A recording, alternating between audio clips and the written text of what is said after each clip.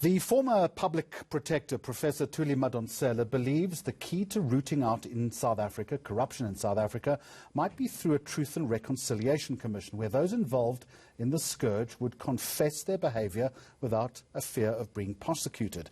She goes on to say that offering amnesty to corrupt people would give the country an opportunity to start with a clean slate. Professor Madonsela is with me now on Monday lunchtime. Professor Madonsela, good afternoon to you and welcome. How would this work? Perhaps we could start though as to why you raised this idea. Thank you, Jeremy. Greetings to everyone. The suggestion that we should have an amnesty-like process is to fish out people who can give us more information about the extent of corruption, how it happened, who was involved, what in the system enabled it, and where is the money. And the idea is to target those who were minor actors in the process. They wouldn't be the kingpins or the main beneficiaries, but it would be somebody like an admin clerk in the system who, out of fear of losing their jobs, they participated in this criminal activity, because corruption is a crime and state capture is a form of corruption. Is the reason... And the way it would work would be... hello? I say carry on, please. Thanks, Jeremy. People will be invited, those who haven't come forward yet, to disclose fully what happened and what their role was. And if they participated in sharing the spoils of the corruption, they should tender to pay back the money to the extent possible, or either to pay it directly or some kind of restorative justice that ensures that they pay their debt to society.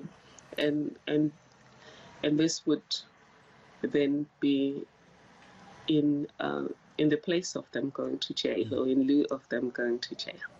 Professor, is this a subtle way perhaps of you saying, or maybe is it an indictment of the speed of which the process is currently moving? You'll be well aware that there is growing frustration within the South African public that we're just not seeing people behind bars quick enough.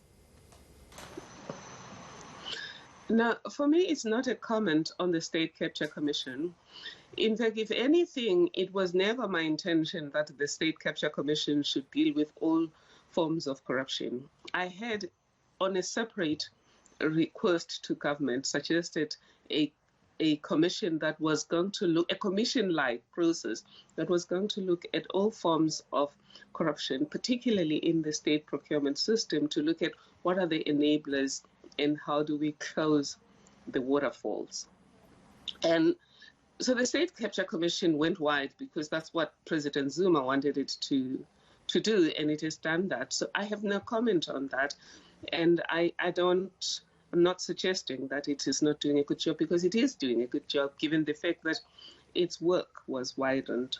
However, this is to deal with all forms of corruption within the state, because there's a systemic problem of corruption. I don't think any country I know of has the kind of problem of corruption that we have.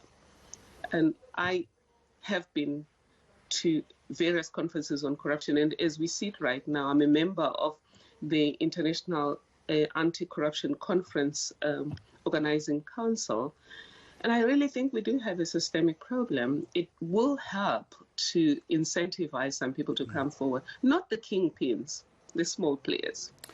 Professor, given the frustration and the anger that exists around corruption right now, you're suggesting an amnesty. I wonder whether we have the capacity, the wherewithal for the type of process and reconciliation that you're suggesting. I think you're right on one thing. I think people want to eat me alive on this suggestion, which says, though, one thing important is that South Africans are tired of corruption. They're also tired of impunity.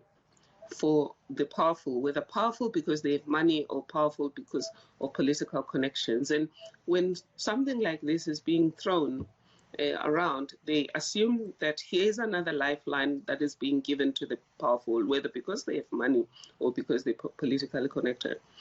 So, but it does say that as a country, we're turning the corner in terms of corruption, because the corrupt will have nowhere to hide, because the nation is tired and will not allow them impunity.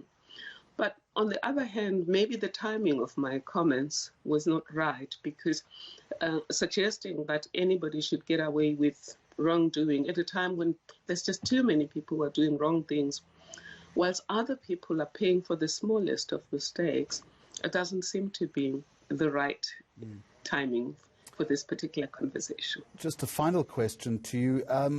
Have you just thrown this idea into the ether and hope that it sticks, or are you pursuing it further? Are you mounting some sort of campaign or initiative?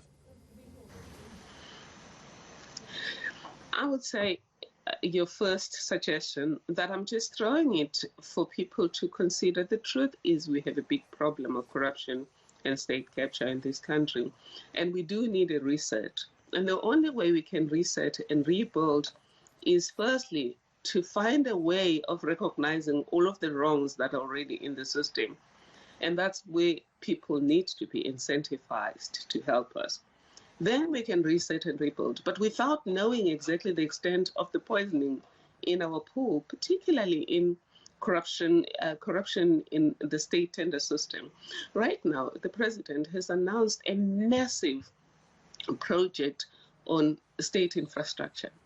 Currently, sometimes it costs 100 times to do something when it comes to state infrastructure. Look at Medupi, Kusile. Look at all the PRASA problems that we're talking about, Transnet. Something that should cost 1 rand ends up costing 1,000 rand.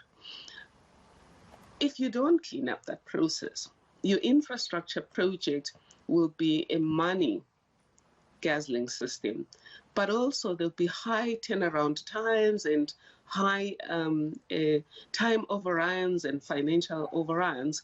And we need to find out what is wrong with the system first before we put more money into it.